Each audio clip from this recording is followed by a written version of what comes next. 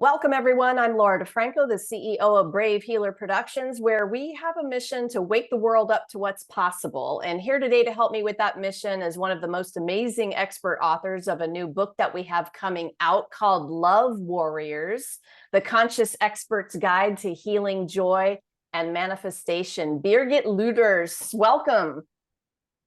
Hi, thanks for having me. Very excited. I'm super happy to have you here. You guys, Birgit is a master herbalist, wellness coach, and diplomat of iridology. Throughout the past 10 years, she's been a known speaker in her field at numerous national and international expos, best-selling author on numerous books at Amazon, while being consistently featured on radio and TV. In 2020, she became the president of the International Iridology Practitioner Association.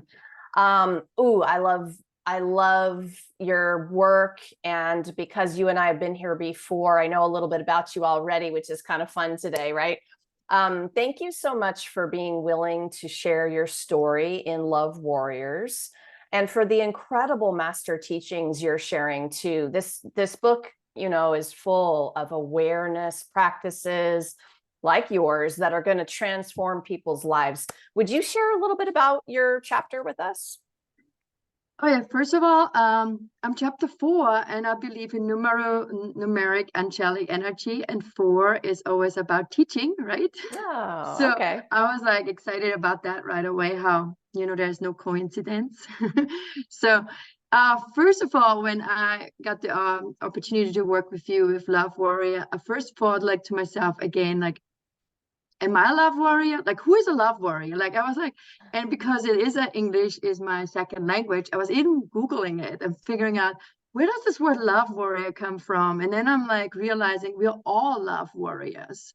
We're literally all love warriors, because at the end, we're making every second of the day, we make decisions in our head, or self-talk or inner talk. And that creates the outer world.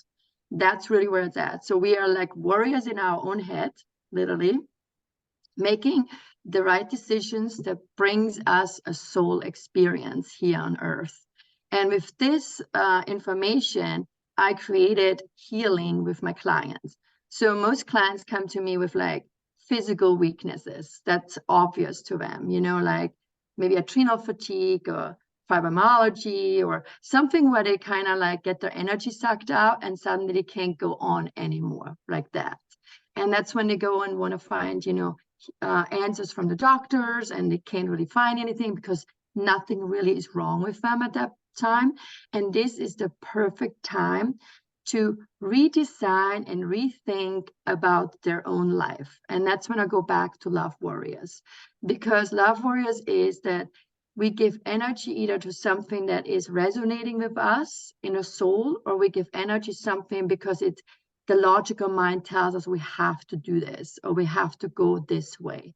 And because we know each other, right? I remember your story that you went from physical therapy, right, to becoming a writer, and because you listened to yourself.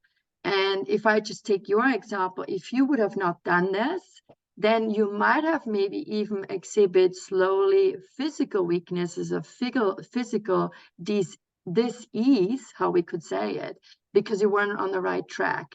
And that is how we actually get guided as love warriors here on earth, that we always go and choose that resonates with us. And that means we always have to choose love for ourselves and then for others. Oh my gosh. Okay. I want to stay on this for just a minute for people who might still be doing something that isn't feeling right for their soul, maybe because they feel like they have to, maybe honestly because they have to pay the bills. Yeah. So how do you help somebody like that move toward the other thing? Yeah. I mean, doesn't come overnight. You know that. I know that. I went into like the finance world. I was a stockbroker, and then yes. Oh my gosh. It was like I was exactly on the same path coming out of school. I'm like, where do I make the most money? It wasn't about where is my passion. That's exactly how I came out, because I wanted just materialistic possessions, you know what I mean? And so I thought I have to go into something that doesn't make me feel good, but the paycheck will make me feel good. And what I learned from this, how to get from this point to the next without like, having the fear and stress of not being able to pay a mortgage. Of course, that stresses as well and causes physical pain later on. You need to straddle into what you love. And straddle is when somebody has a job, let's say, they work in like a dentist office at the front desk, but they want to be a painter, right?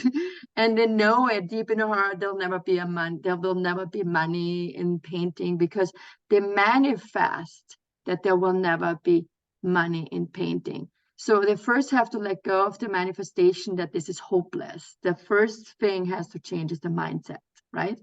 And then the next thing is logic has to come into, of course. You don't want to like say, okay, this is it, I'm quitting, because believing in the universe, right?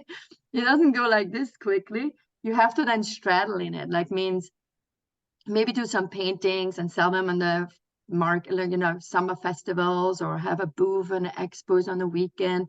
And this is how you kind of straddle in and see, hey, it's kind of working, and that keeps your energy up. So then you can go to this one job to pay the bills, you know what I mean? But then have your hobby become slowly your profession. And that's really how I did, and that's how I saw it working.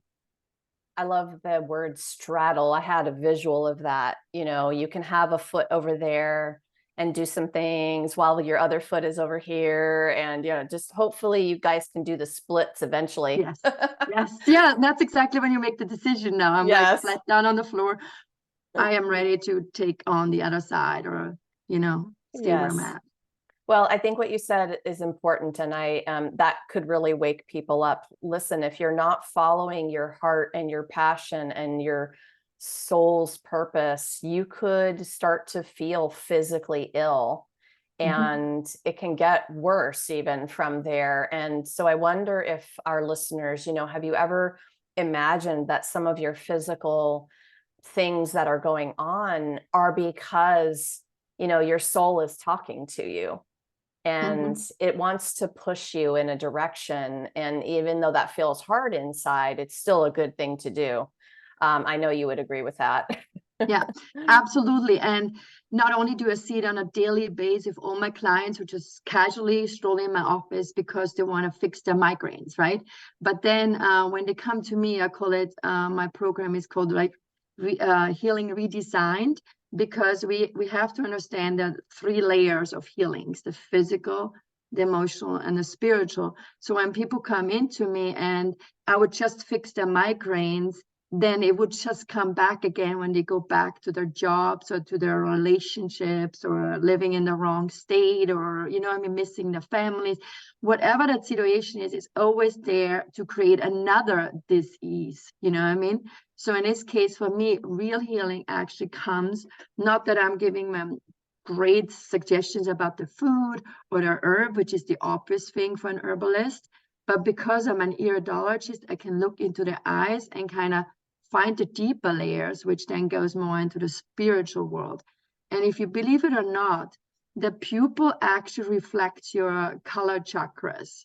So when I take a picture from a person and I see the yellow, the yellow light in the pupil, which should be actually black from the reflection of the camera, like yellow is connected with your digestive system, right? With the 3rd chakra.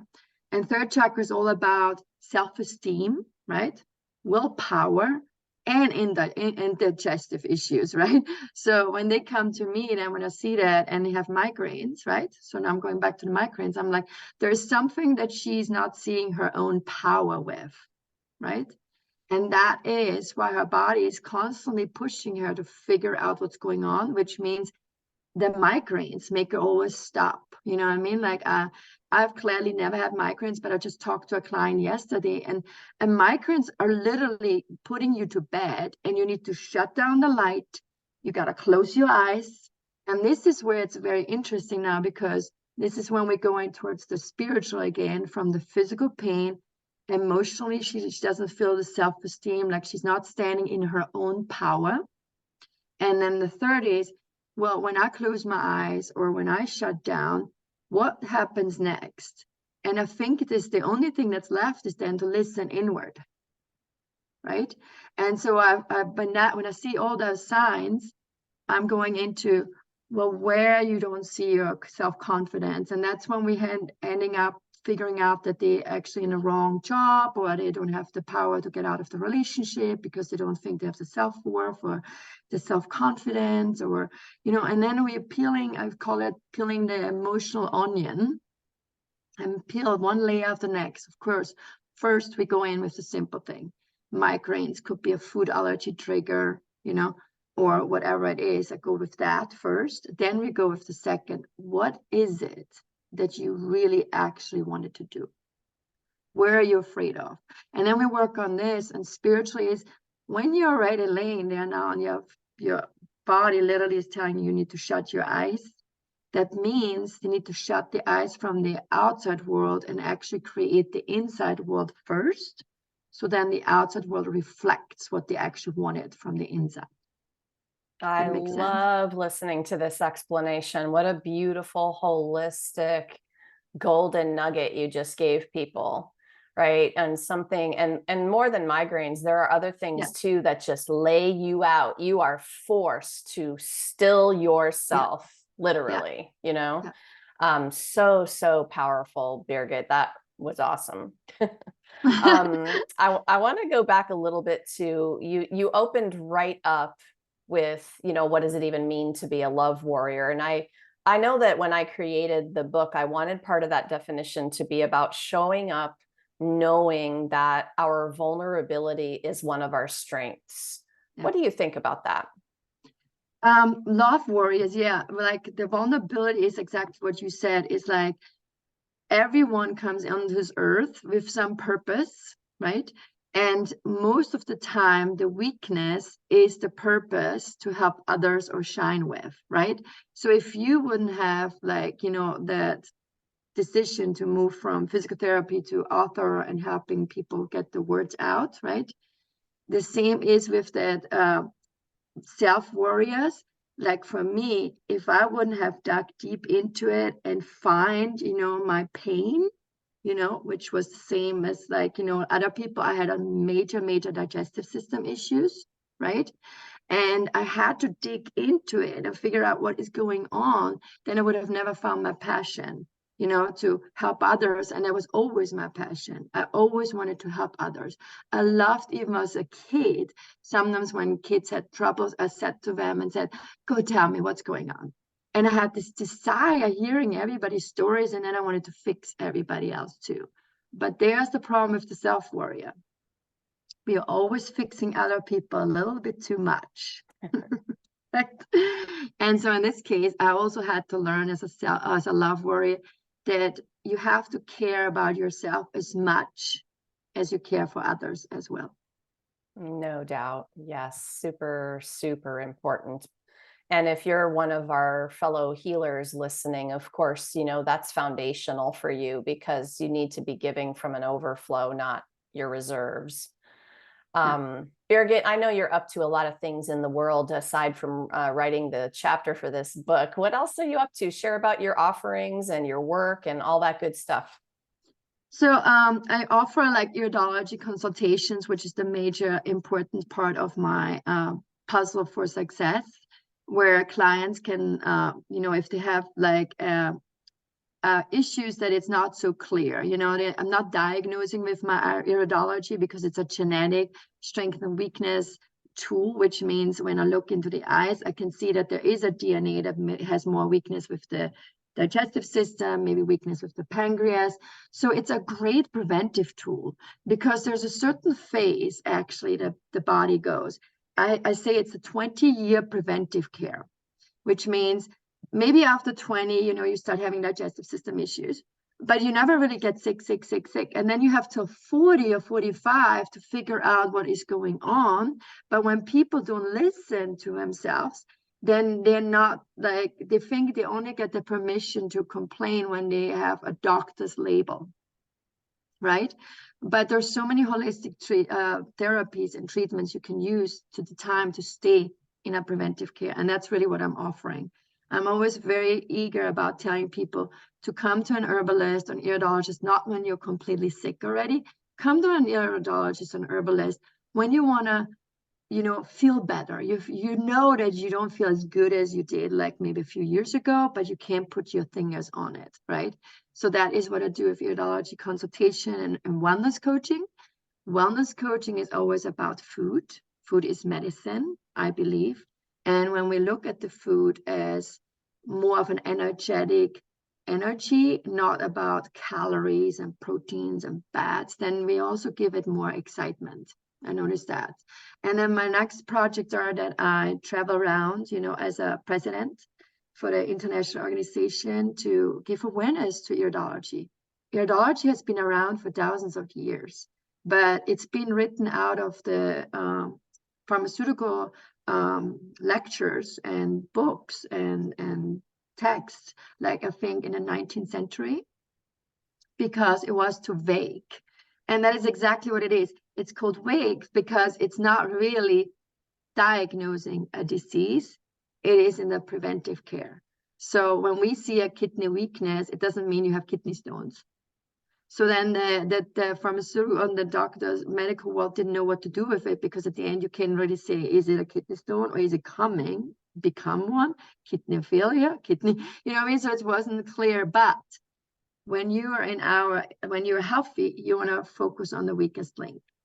And so my whole focus in this world right now is to keep iridology alive, so that when I'm getting older, and I'm planning maybe to retire someday, so that I'm getting worried that iridology disappears, because there's so many things that have been created in the past that have been shushed off and not seen as relevant. And then we lose the importance of history of things that worked for thousands of years.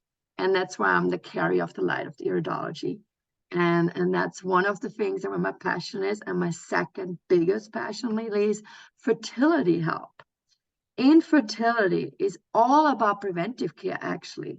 I create babies left and right, which is such a great thing. When I start working in the morning and I get texted, they're like, oh my God, I'm pregnant. I feel like I'm pregnant. So that's like an excited thing.